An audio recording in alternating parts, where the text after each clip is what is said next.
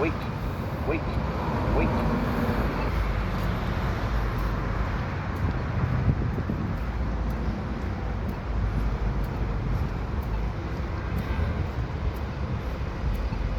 This is all right next to one another. There's Motel 6 right there. There's a restaurant called Apple Annie's. This place is called Heelstone Inn. There would be times where I had to like leave like the Motel 6 because they put like time limits on how long you could stay. So like a month or like 28 days or 21 days. I would come just over here to get a room over here. Just whatever cheaper for like one night. It was either one night or 3 nights, whatever it is that I had to, whatever I maxed out days over there with, you know, I had to find somewhere else. This place, it used to be called Red Roof Inn. And I think I only stayed here when it was called Red Roof Inn, I think. I can't remember. But I used to call it like a ghetto mansion or something like that because it was it looks nicer, and it kind of is, but I was just, it was the people. It was the people that was a problem. So I'd go to the Motel 6, I'd max out my time there, I'd come over here, get a night, and then I'd have to go back to the Motel 6, max out my time there, because it was always cheaper at the Motel 6, and then I'd come back over here.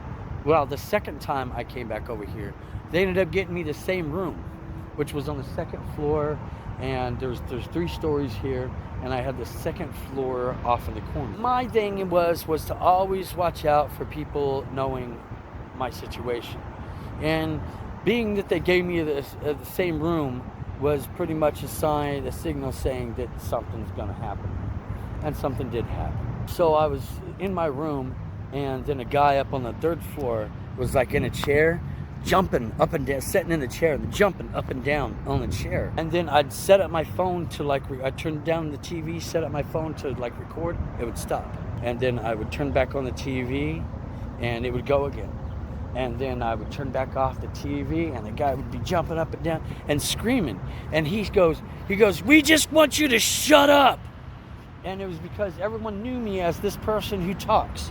I talk a lot like this because I'm actually talking to the girls. We're actually telepathically talking. I'm talking to them. Listen, you have to understand about an enlightened person.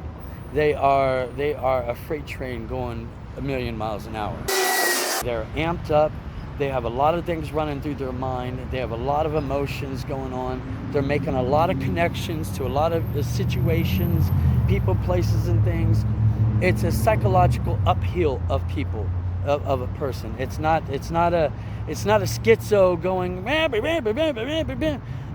it's the exact opposite, and I'm talking about all these logical things. And part of the thing was that I'd always ramble on in my car. I'd always be talking about things, but I was always talking about like space and like aliens and like God and like trying to figure out biblical codex and that kind of stuff. And so this guy was screaming. He goes, "We just want you to shut up." And it's because all these people out here, all these punks, are like, they think they're in control of who I am and what the situation is that I'm going through. They're all told this other way of it. They're all told this trending torture tactic against me. What it is I'm somebody who's in the wrong place in life. I'm somebody who needs to be like, I need to have a home office. I need to have like a professional company. I'm like a businessman. I would run multiple companies. I'm wanting to write books, make movies. I do all like the professional, like entrepreneurial stuff in life. And what it is they got me in a situation that isn't me in my situation. So what they do is they put me in this situation and then try to agitate me while I'm in this situation to make things difficult for me. Here's somebody over here with a loud truck. That's hilarious. Just like, oh, look at me. I'm big baller.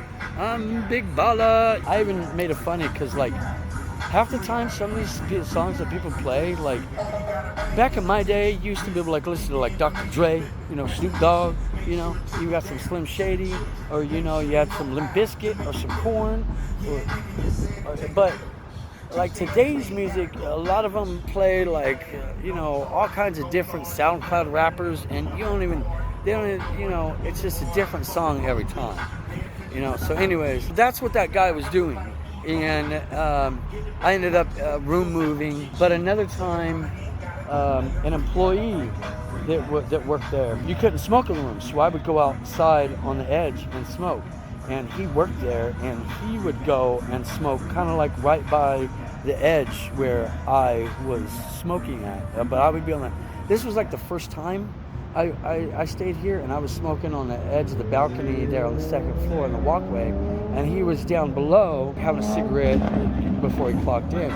And I remember at the time that I said, it's like an LOL in life. Like, I got to take a shower, I got to shave, I got to, all those kind of things, right? So what he did was, it almost sounded like it was a recording of me that he was listening to while I was outside smoking a cigarette, like he's listening to me and making fun of the fact that I'm right there in person listening to him of a previous recording of me, was laughing at it, and that there wasn't nothing I could do, and that it was to trigger me, and it was to see if there were, is that, so it would be in like the back of my head that there would always be this, that like, ha ha ha, we have this recording of you, things like that, because here's the deal, and I'm not able to actually take any other kind of offer here. This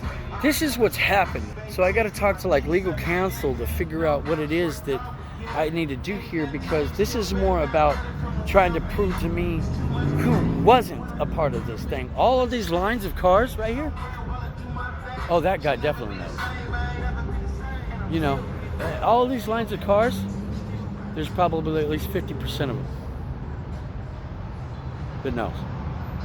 Either their kids know, or they showed them an LOL on Facebook, or they know there's this local Jesus, or I'm telling you, they won't say it, they won't show it, but there's no way that how this has happened, that there's not at least 50% of those cars right there that don't know my information.